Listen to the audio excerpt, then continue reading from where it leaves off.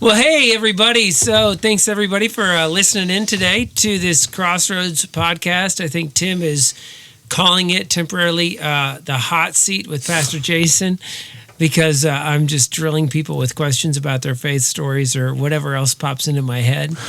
I sometimes get annoying to people because I just love to ask questions because I'm just so curious about people. But this is a lot of fun. And what I find is that everybody has a fascinating faith story. Everybody's story is fascinating.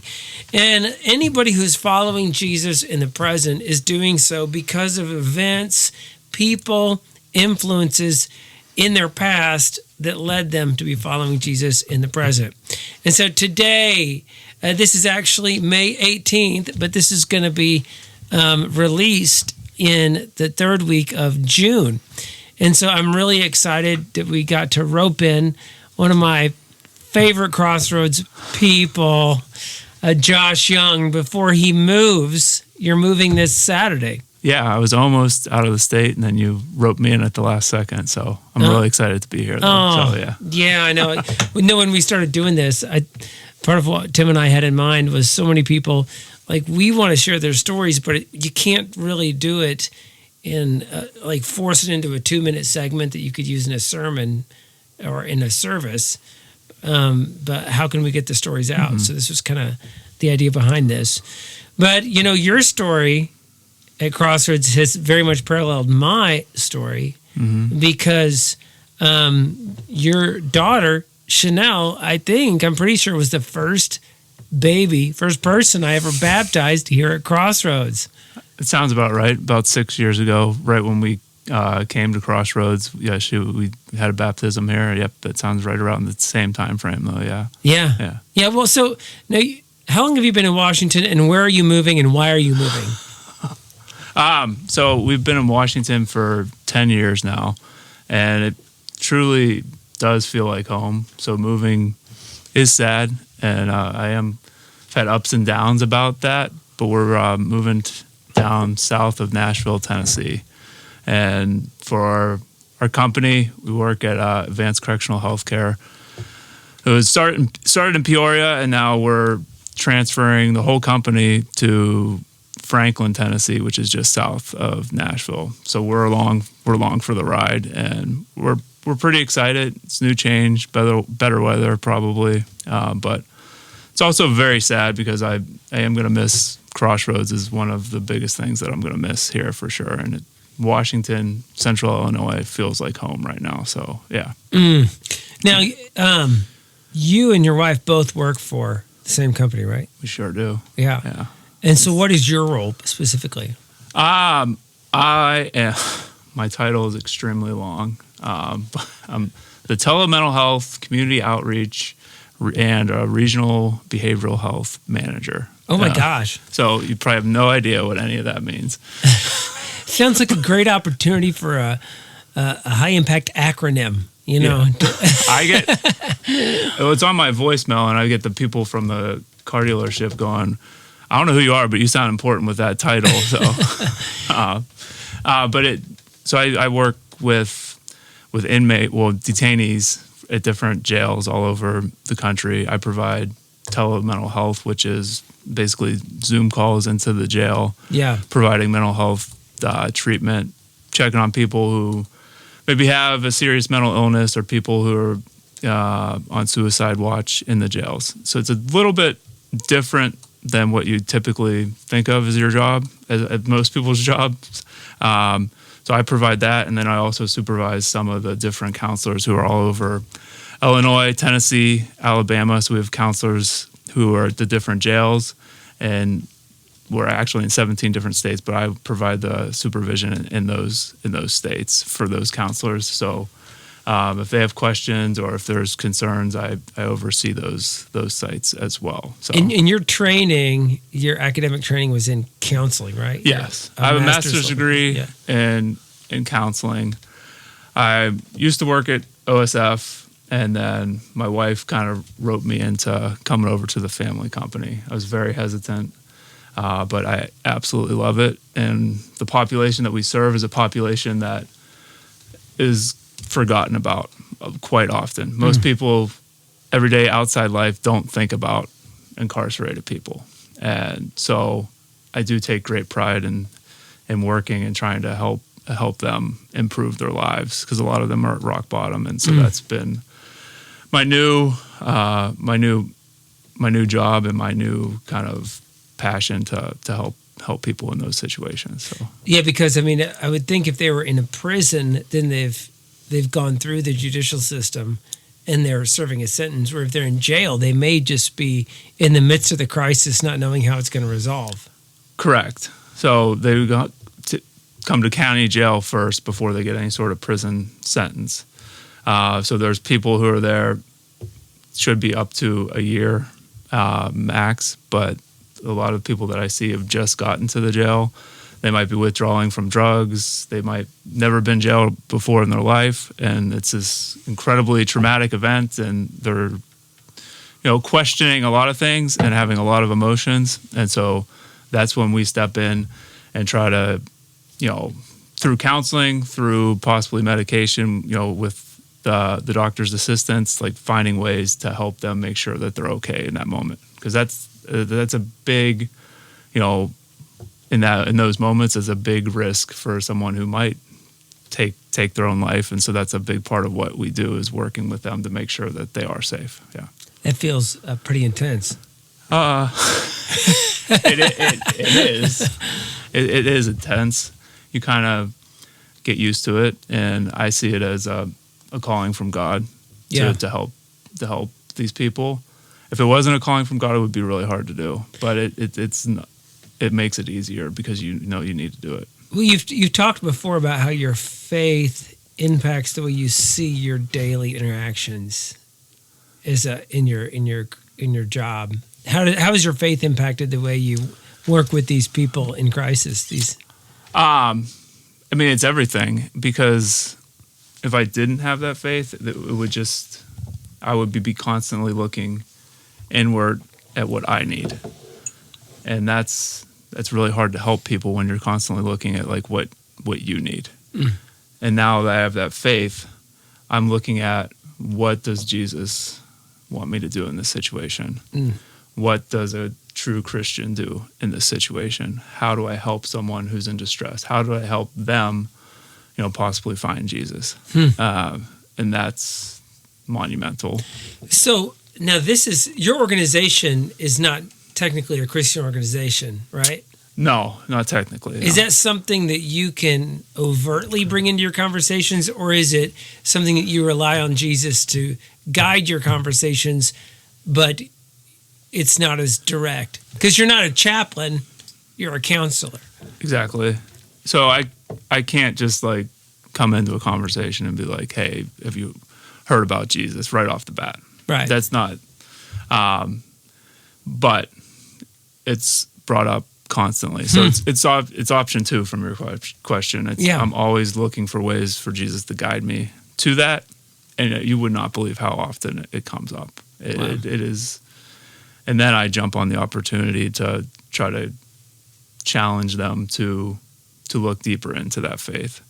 My biggest and easiest go-to is, especially during the pandemic, there was a lot of, I'm learning more about Jesus, I'm reading the Bible, but I really miss when the pastor used to come in here and do Bible study or talk about it. And I almost always challenge them, and I go, okay, then that's a great opportunity for you. Why don't you just do it? Like you can do it. And there's been situations where there's a few times where they have done it, and then they come back and they tell me, oh, you won't believe it, the entire block is doing purpose-driven life study. And it's like, oh, wow. And it's just, all I did was just, throw it out there. And then I feel like Jesus takes it from there. Cool. Yeah. So that is amazing. And it is. It's pretty cool. So in my head, I'm always thinking about, how can I lead this person to Jesus? It is focused on mental health counseling, but then I'm always scheming ways to get there. Yeah. Wow. So I know that you've been on a journey over the last several years, that you were raised in the church, and then it wasn't as big a part of your life, and then you got your kids baptized in the church, and then you went through a significant loss, right? And Yes. that impacted your life. So how were you raised in the faith? Because it was always a part of your upbringing. Yeah. I was raised Catholic from the get-go. My dad is a devout Catholic and a very good Christian. As I was growing up, for whatever reason, it was just, in my mind, it was just more of an annoyance of like, I don't really feel like doing this. I don't really feel like going to church. I was very focused on basketball and baseball. And that was like my life as growing up. And it was too much focus on that. And I just never really made the effort to look into my faith at all. And so I went through the motions. I went to church here and there, went to college. I played college basketball for a little bit. So I was more and more focused on that. Where did you go? I went to Penn State, and I played at I started at like a smaller branch campus, and I played at the branch campus. Oh, cool. And then I eventually moved on to the massive 45,000 campus there. I didn't play basketball there, though. Okay. So that was my focus was basketball. Okay. And probably alcohol too, honestly. So it was I was in the partying, basketball, and I didn't even think about it. I didn't think about it. I just kind of went through the motions. And once we got married, we had kids. Well, we had our first kid, Chanel, as you talked about. And you met Jess at Penn State? I did, yes. Yeah. I met Jess at Penn State. And neither of us were really too big into going to church or anything like that. And so once we had Chanel, that kind of was my first like, whoa, okay, there's some, because going back a little bit, for whatever reason, I even questioned, like, is there a God? Do I really even believe in God? And I would even say that out loud sometimes. I remember Jessica would get pretty upset with me, like, what are you talking about? And I don't really know why I was doing that. It was just my maybe overthinking, was completely gone from the faith.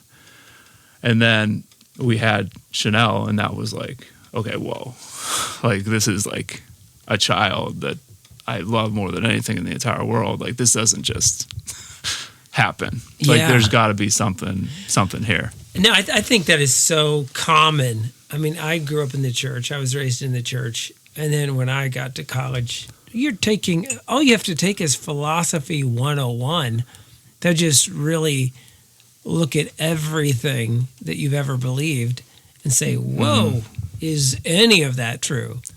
Yeah, I think that's a big, and there are certain professors that I kind of feel like put those doubts in your head a little bit, and then I would almost run with it then. And so, but Chanel was like, okay, like the feeling that I have for her and just like seeing this human baby, like, okay, there's no way this just happened. So, and then I feel like it started really brewing right there. Yeah.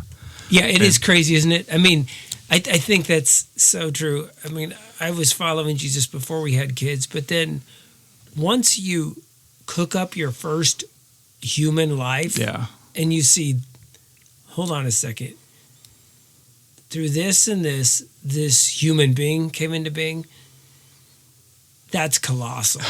Yeah. It just seems so big, so unimaginable. Like, how on earth did this happen? Exactly. Like, you can put one and one together, but this is bigger than just something that we could fabricate, that we could do on our own. Exactly. It is a miracle. It is a complete miracle. It's worship. When you see this life, this human life, you're worshiping as you see what just happened. Exactly.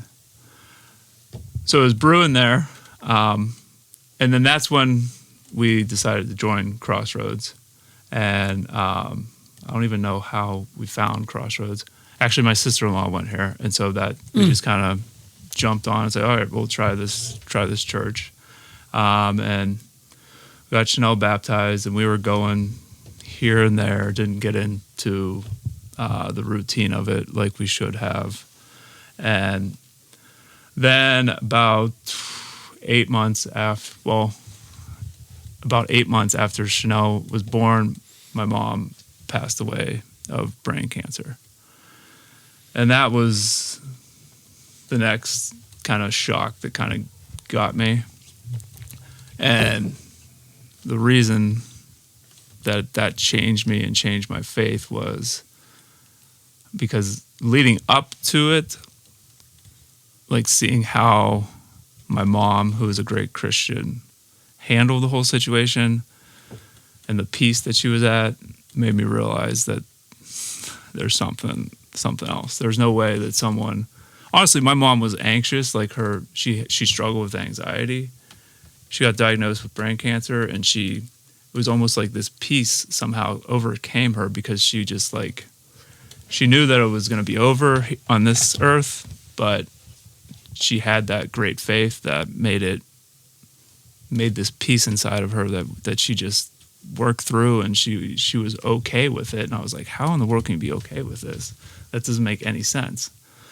And just seeing how she did that, and also how my dad, assisted her and just stepped up and said, you can barely function, you can barely move, but I'm going to be here and I'm going to do everything that I can to help you. It was like he was showing me, like, this is what a Christian is supposed to do in this moment. And my mom was showing me, like, this is what a Christian is supposed to do when it comes to the end, and it's okay because I'm going to a better place. And that was like, okay, whoa, like I haven't dealt with this. I haven't looked into like what this truly is.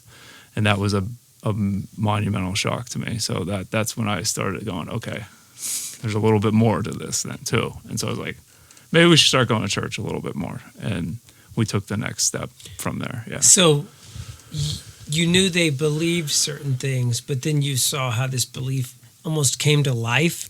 Exactly.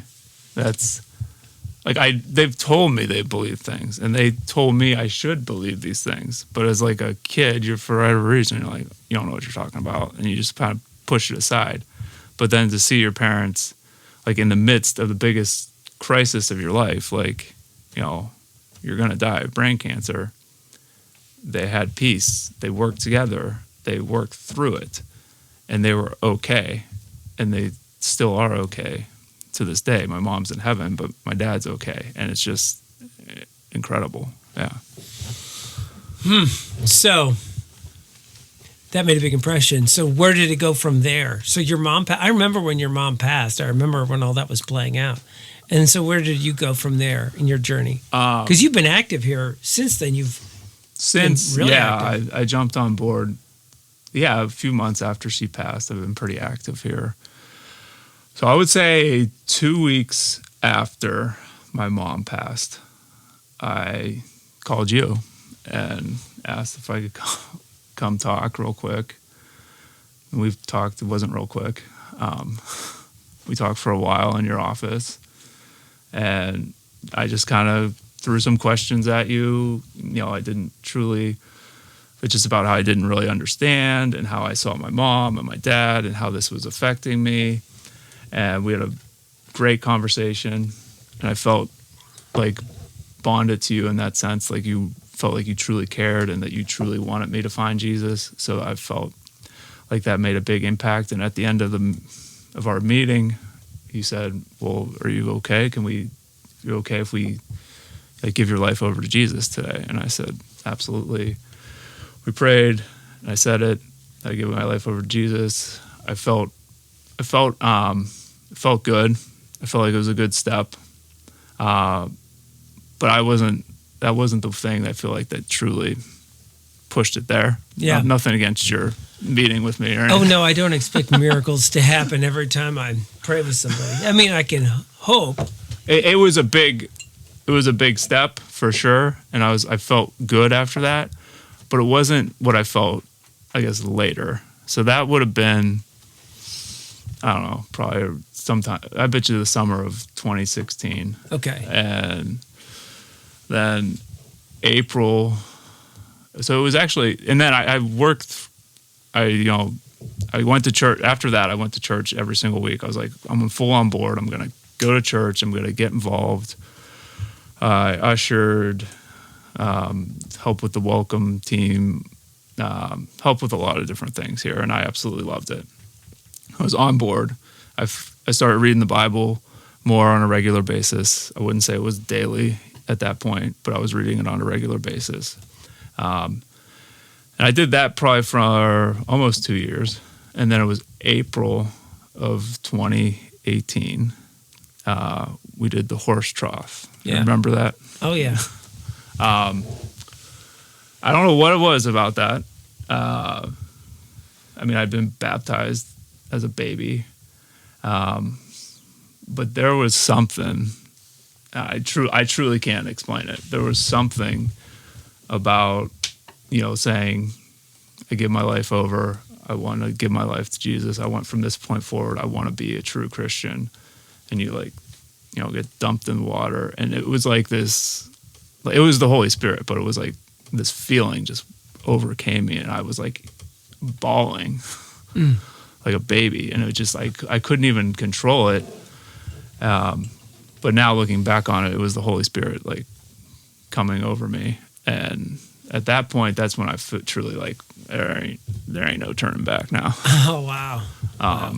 And since then, I feel like that's what my life is dedicated to, is how can I be the best Christian? How can I be the best person for my family? And it makes your identity is much easier to see. It's not saying that life's easier now, but your identity and what you want to do with your life is a lot easier to see. That's for sure. So that was a powerful moment. Did the power of that moment carry over into the days, weeks ahead? Do you feel like you were changed at that point, or things were different after that? Or did you just know from the power of that moment that it was real? I need to be like smacked over the head to kind of get the point. So like I got it there. Wow.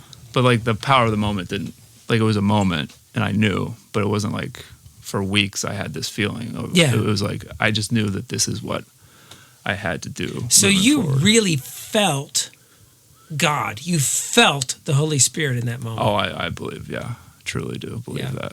Yeah. So, and it felt it, and it hasn't been easy since then. It's not like you don't feel it long term, but it was like, I just knew what I had to do from there. Yeah. Yeah. So what have been the things that have been the most helpful for you to maintain and grow in your walk with Christ? You've been through this period of growth. What are the tools or the different aspects of your life that have proved the most helpful? I guess when I think about that, for some reason I had this thought in my head, well, once I'm fully a Christian, life is going to be somehow easier. And you did a sermon, it was probably a long time ago. Just the basic premise of the sermon was like, just because you're a Christian and you're following Jesus, life is hard. Actually, life's even harder now because you have all these standards that you need to follow. But you find the ultimate peace through that. You're a better person and you live a more fulfilling life, but it's not easier. For whatever reason, that is one of the biggest things that has helped me, is that life is going to be hard.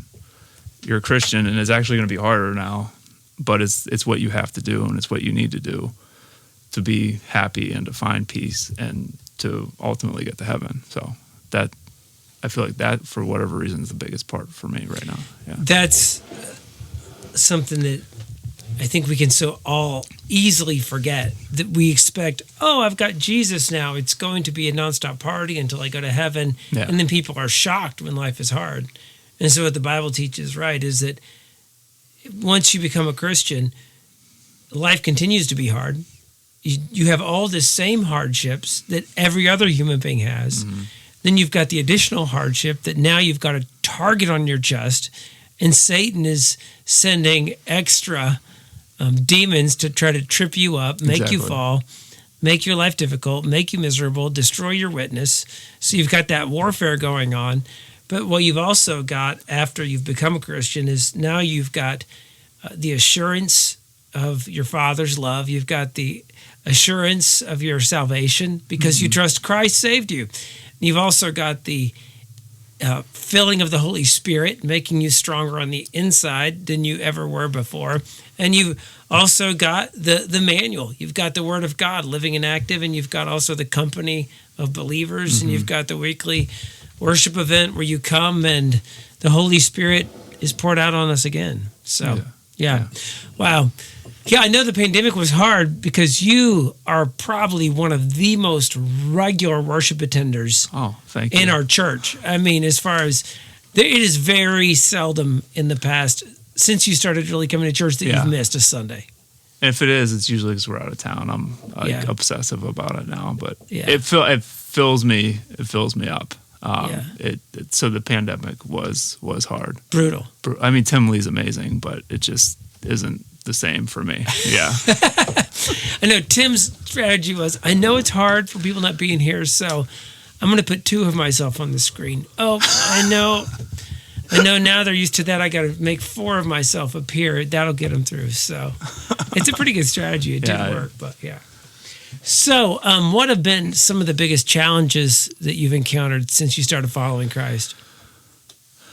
I would say staying on, I feel like I'm very distractible. So it's extremely easy to fall off course, I feel like. So I have to be incredibly intentional about what I do. I've got to read the Bible consistently. I mean, when I wake up every day, basically. If I don't, it could be gone. And there were times where I fell off course, especially during the pandemic. And then, I mean, you say this all the time, there's other things that are just going to catch your attention, and you can just dive into that so quickly. That, for me, is the biggest challenge. I could so quickly dive into like 1,000 different political podcasts if I don't pay attention to Jesus and the Bible and to worship. And I'll be gone, and I won't even be thinking about Jesus for weeks because I'll dive into the wrong things. And so it's staying on top of that and being intentional and saying, Bible in the morning every single day, Sunday worship every single Sunday. That's why I'm obsessive about getting to worship every Sunday, because I don't feel right, and I feel like I'm going, even if it's just 1 week, I feel like I'm going the wrong way just if I miss one Sunday. So I guess the biggest challenge for me is just staying on top of it and staying consistent with it. Yeah. It's really interesting. I'm reflecting on the last year and a half myself, and I guess it was about a year and a half ago that I came across this app which really helped me begin to pray systematically every day. It guides through a prayer list, and so I pray for myself every day, pray for my family members every day, and I pray for the church, almost every day. And so there's some days where like my day starts earlier because I have an extra early meeting, and then I'll get to the end of the day and be like, boy, things just were bad today, or I feel bad, or I feel negative, and then I'll realize, it's because I didn't pray at the beginning of the day. I didn't reset my heart. I mean, and it's interesting. I'm really happy now that probably for years I was in the habit like you of, I'm in the habit now where I'm going to read my Bible every day. I just know I am. I've been doing it so long that it is habit. Before I go to bed, usually when I wake up, I do it, but I will read the Bible every day. It's a part of my life, and it's really cool now with just the reinforced habit over the last year and a half. It hit me this morning like, wow, I'm in the habit of praying for these things systematically every day, where it took me 20 years of following Jesus before I established that habit. But boy, habits are really powerful. And I think the power of habits is then when we don't do the habit, we feel off, And we start another habit too. Yeah. If it's not that. You made a huge decision to, at some point, to separate yourself from some social media because of the distractions, right? Yes. I remember that. You're like, I mean, it's probably been, it's probably only been 4 months, but or 5 months. Yeah, something like that.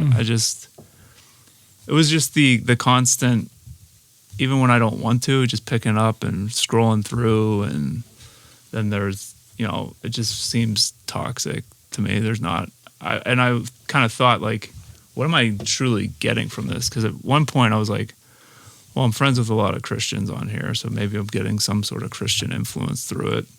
I don't feel like I see that very often. I feel like I just see the bad stuff and the political nonsense and like all of that and the fighting. And I just kind of got to a point where I'm like, I need a break. And I kind of just completely deleted it. And I kind of feel great right now. So I'm not saying I'll never go back, because there's parts of me where I'm like, well, I could probably influence people towards Christianity on here, but maybe I just need to do that in real life though too, instead of that. So yeah. But overall, it feels good. Yeah. I know people are constantly trying to bait us on social media, constantly, and it's really hard not to be baited and pulled in different directions.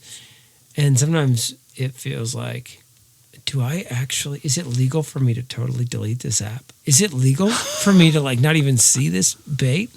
And I know sometimes usually at Lent, I'll just deactivate my Facebook account, and I'm like, am I allowed to really do that? Because it seems like somehow the world makes us feel obligated that we have to read their rants, or you're gonna miss something, or like we are so mean if we won't read people junk nonstop. But I mean, that's Satan.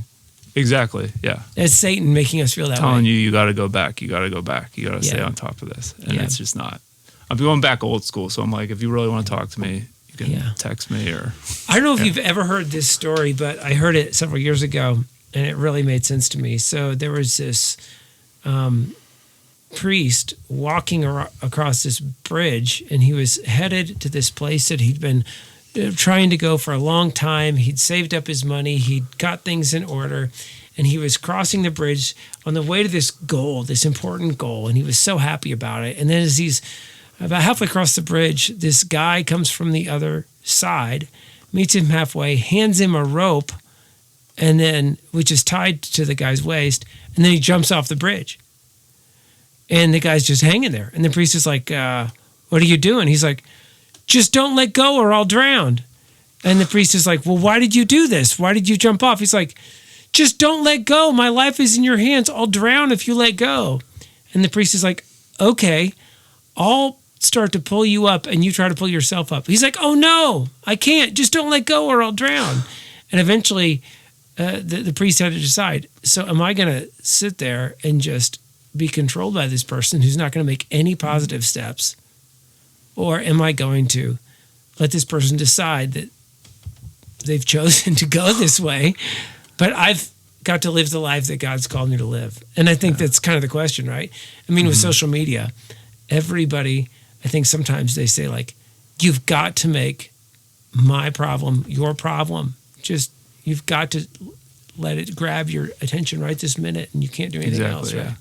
Maybe that's not right, but I feel that way a lot of times. People, and I saw it too as like, this is time. Like, I'm busy with work and kids and a wife, and this is time that I can either dedicate to this little device right here, just flipping through, or I can devote it to my family. I can devote it to Jesus. I can devote it to the Bible. I can devote it to reading something knowledgeable. So, and it's just.